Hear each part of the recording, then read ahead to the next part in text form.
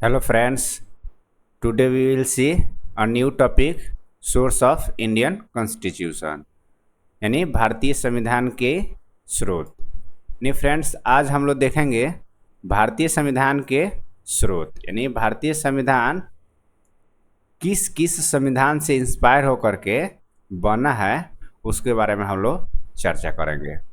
तो फ्रेंड्स सबसे पहले हम लोग चर्चा करेंगे कि गवर्नमेंट ऑफ इंडिया एक्ट 1935।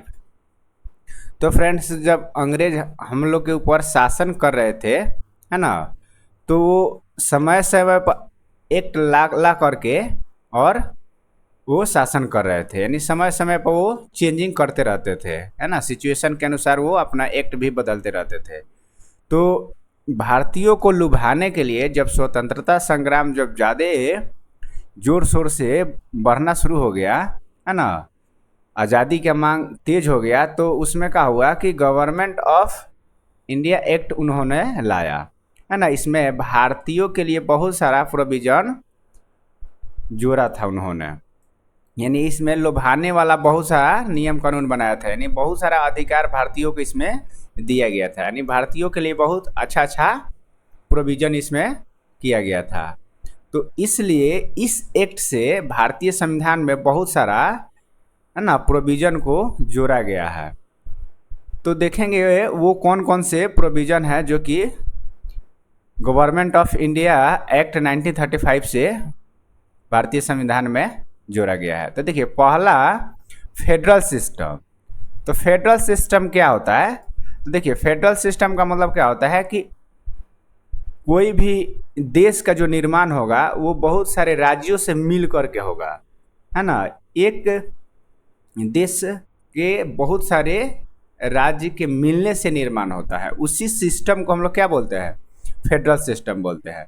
तो भारत एक फेडरल सिस्टम है ना। और फेडरल सिस्टम कैसे है? क्योंकि भारत अकेला थोड़ी है, भारत 28 राज्य को मिला करके है, यानी 2800 राज्य को मिलने से भारत का निर्माण होता है। तो इसलिए भारत एक फेडरल सिस्टम है और ये जो प्रोविज़न है ये भारतीय संविधान में 1935 वाला एक्ट जो है उससे इंस्पायर होकर के जोड़ा गया। तो हम लोग समझे फेडरल सिस्टम। उसके बाद देखिए जो ऑफिस ऑफ गवर्नर, यानी जो राज्यपाल का जो पद होगा, यानी भारतीय जो संविधान में राज्यपाल का एक पद होगा, ये जो जिक्र किया गया है, जो वर्णन किया गया है, वो भी इसी एक्ट के तहत इंस्पायर होकर के किया गया है। उसके बाद जो जुडिशरी सिस्टम जो भारत में चलता है ना, यानी भारतीय संविधान में जो जुडिशरी सिस्टम का व्याख्या है, वर्णन किया गया है, वो भी क्या है? इसी एक्ट के तहत किया गया है कि हाँ सुप्रीम कोर्ट होगा, हाई कोर्ट होगा है ना, लोअर कोर्ट होगा, ये सारा जो सिस्टम है ये सब इसी एक्ट के तहत है ना हमारे संविधान में जोड़ा गया है। अब देखिए जो पब्लिक सर्विस कमीशन, यानी जो यूपीएससी हम लोग बोलते हैं ना, वो जो पब्लिक सर्विस कमीशन जो एक बोर्ड बना, ये भी इसी एक्ट में सबसे पहले आया था। तो यहाँ से इंस्पायर होकर के भारत में पब्लिक सर्विस कमीशन है ना बना और संविधान में हमारा ये एक प्रोविज़न ऐड किया गया पब्लिक सर्विस कमीशन का। उसके बाद फिर देखेंगे फ्रेंड्स इमरजेंसी प्रोविज़न, यानी आपातकालीन का जो प्रावधान है, जो भारत में आपातकालीन लगता है, जो भारतीय संविधान में आपातकालीन जो व्याख्या किया गया है, वो भी सबसे पहले इसी नियम में है ना देखने को मिला है। यानी गवर्नमेंट ऑफ इंडिया एक्ट 1935 में सबसे पहले इमरजेंसी का प्रोविज़न था, वहीं से इंस्पायर होकर के भारतीय संविधान में इमरजेंसी का प्रोविज़न किया गया। तो फ्रेंड्स ये हम लोग देखे कि गवर्नमेंट ऑफ इंडिया एक्ट 1935 के से कौन कौन से प्रोविज़न भारतीय संविधान में इंक्लूड किए गए हैं।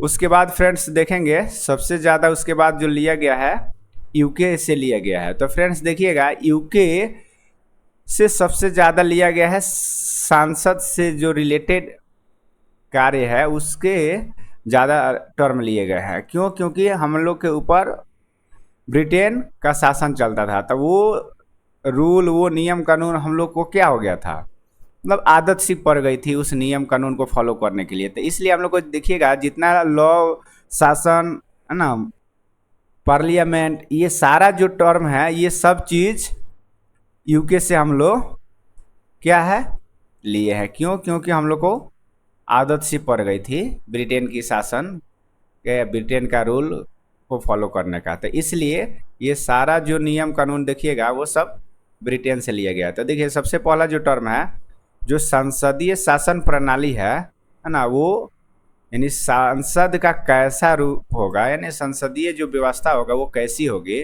वो कहाँ से लिया गया है? यूके से लिया गया है। उसके बाद रूल ऑफ लॉ, यानी कानून का शासन है ना, हम लोग बोलते हैं ना कि रूल ऑफ लॉ होना चाहिए, नियम कानून से सब काम होना चाहिए, तो वो भी कहाँ से लिया गया है? तो यूके के संविधान से ही लिया गया है। उसके बाद सिंगल सिटीजनशिप, यानी एकल नागरिकता। अब एकल नागरिकता क्या होता है? तो देखिएगा, आप किसी देश में जाइएगा तो वहाँ पे डुअल नागरिकता है ना, यानी डुअल सिटीजनशिप है, यानी स्टेट का एक अलग नागरिकता होगा, उसके बाद फिर उस देश का आपको एक अलग नागरिकता मिलेगा, यानी जिस स्टेट में रहते हैं उसका अलग नागरिकता, फिर जिस देश में रहते हैं उसका अलग है, यानी दो नागरिकता। लेकिन हम लोग के पास एक ही नागरिकता है, एक भारत देश का। अब ये नहीं कि हम लोग बिहार से है तो बिहार का एक अलग नागरिकता, यूपी से जो है उसका यूपी का अलग नागरिकता, दूसरे स्टेट से है तो उसका अलग नहीं, ये ऐसा नहीं चलता है। यानी सिंगल सिटीजनशिप का मतलब होता है कि एक देश का नागरिक ही एक ही होगा, है ना, उसका एक ही पहचान पत्र होगा। ये नहीं कि बिहार का अलग होगा यूपी का अलग होगा, यानी सिंगल सिटीजनशिप होगा, उसका नागरिकता एक ही होगा।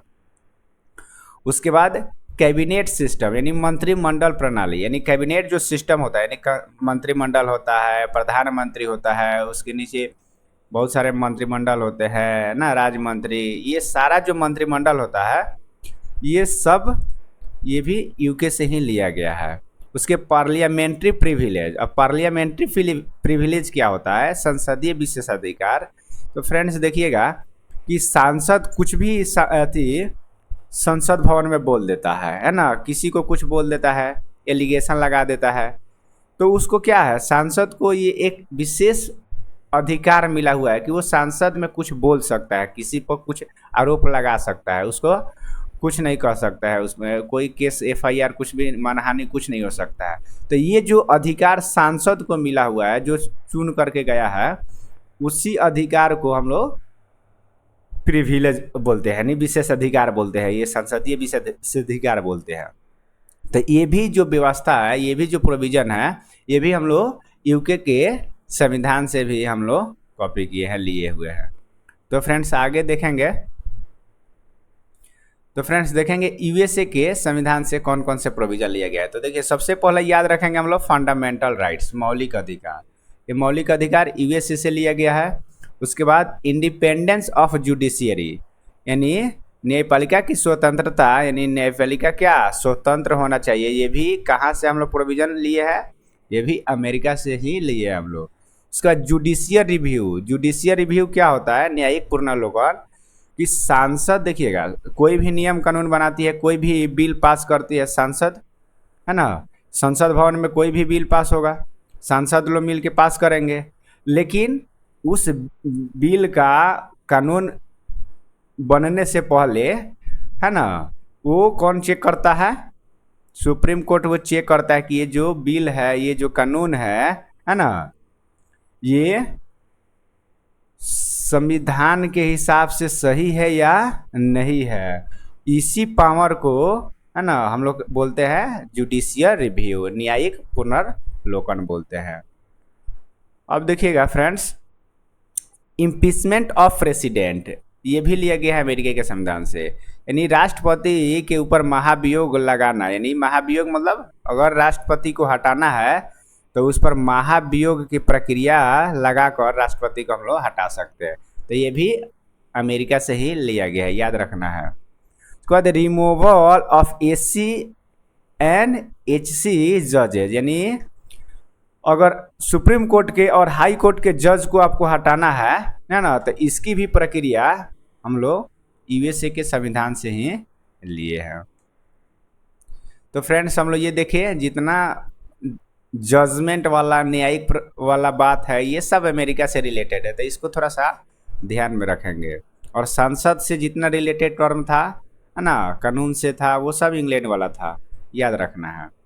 उसके बाद फ्रेंड्स अब हम लोग देखेंगे आयरलैंड से हम लोग क्या लिए हैं, तो देखिए फ्रेंड्स, तो फ्रेंड्स देखेंगे हम लोग आयरलैंड से क्या लिया गया है। तो फ्रेंड्स आयरलैंड से सबसे पहले देखेंगे कि डीपीएसपी लिया गया है, यानी directive principle of state policy, यानी राज्य की नीति निर्देशक तत्व। यानी राज्य के नीति निर्देशक तत्व क्या होता है, यानी ये वैसे एलिमेंट है जो गाइड करते हैं कि राज्य अपना पॉलिसी कैसा बना सकता है कि नहीं है। उसके बाद फ्रेंड्स देखेंगे मेथड ऑफ इलेक्टिंग प्रेसिडेंट, यानी राष्ट्रपति का जो चुनाव होता है ना, इलेक्शन होता है, वो जो जिस पद्धति से होता है ना, प्रोपोर्शन मेथड से, है ना, वो उसका जो तरीका है वो भी आयरलैंड से ही लिया गया है। उसके बाद नॉमिनेशन टू राज्यसभा, यानी राज्यसभा में जो सांसद को नॉमिनेट किया जाता है स्टेट को रिप्रेजेंट के लिए, है ना, रिप्रेजेंटेशन ऑफ स्टेट के लिए, वो क्या, वो भी आयरलैंड के संविधान से ही लिया जाता है। उसके बाद फ्रेंड्स देखेंगे हम लोग कनाडा के संविधान से, यानी कनाडा जो देश है उसके संविधान से कौन कौन से हम लोग प्रोविजन को लिए हैं। तो फ्रेंड्स देखेंगे जो फेडरेशन विथ स्ट्रॉन्ग सेंटर, देखिए कनाडा के जो संविधान से हम लोग लिए हैं, पहला यही लिए है कि हमारे पास फेडरेशन तो होगा, यानी संघीय ढांचा होगा, लेकिन कैसा होगा, उसमें सेंटर स्ट्रॉन्ग होगा, यानी केंद्र सरकार मजबूत होगी, स्टेट गवर्नमेंट मजबूत नहीं होगी, सेंटर गवर्नमेंट मजबूत होगी। तो इस बात को ध्यान में रखना है। उसके बाद डिस्ट्रीब्यूशन ऑफ पावर, यानी जो शक्तियों का जो बंटवारा है ये भी क्या लिया गया है, कनाडा के संविधान से ही लिया गया है। जो संघ सूची और राज्य सूची में जो शक्ति का बंटवारा है, यानी संघ सूची में वैसे विषय है जिस पर केवल संघ सरकार ही बना सकती है कानून, और राज्य सूची में वैसा विषय है जिसमें केवल राज्य सरकार ही कानून बना सकती है। तो यहाँ शक्ति का बंटवारा हो गया, तो ये सब किससे लिया गया है, कनाडा से लिया गया है। और फिर रिसिड्यूरी पावर्स विथ सेंटर, यानी जो अवशिष्ट जो शक्तियाँ बच जाती है ये सब केंद्र क्या हो जाता है, ये भी कनाडा के संविधान से ही इंस्पायर्ड है। और लास्ट जो है advisory jurisdiction of supreme court, यानी जो सर्वोच्च न्यायालय की जो परामर्श शक्ति है ना, ये भी इंस्पायर्ड है किससे, तो कनाडा के ही संविधान से। तो फ्रेंड्स हम लोग देखें कि कनाडा के संविधान से ये सारा प्रोविजन भारतीय संविधान में इंस्पायर्ड होकर के जोड़ा गया है। तो फ्रेंड्स आगे देखेंगे कि ऑस्ट्रेलिया के संविधान से कौन कौन से प्रोविजन लिया गया है। तो देखिए फ्रेंड्स याद रखिएगा समवर्ती सूची ऑस्ट्रेलिया के संविधान से भारतीय संविधान में जोड़ा गया है। समवर्ती सूची में वैसा विषय होता है जिस पर दोनों स्टेट और सेंटर दोनों कानून अपना बना सकती है। उसके बाद फिर ज्वाइंट सीटिंग ऑफ पार्लियामेंट, जो संसद का जो संयुक्त बैठक होता है ना, वो क्या, वो ऑस्ट्रेलिया के संविधान से ही इंस्पायर्ड है। तो फ्रेंड्स आगे देखेंगे हम लोग फ्रीडम ऑफ ट्रेड और कॉमर्स, यानी जो फ्रीडम ऑफ ट्रेड, जो ट्रेड है और कॉमर्स का जो स्वतंत्रता का बात करता है, वो ऑस्ट्रेलिया के ही संविधान से हमारे संविधान में प्रोविजन किया गया कि हाँ व्यापार और वाणिज्य क्या होगा, स्वतंत्र होगा।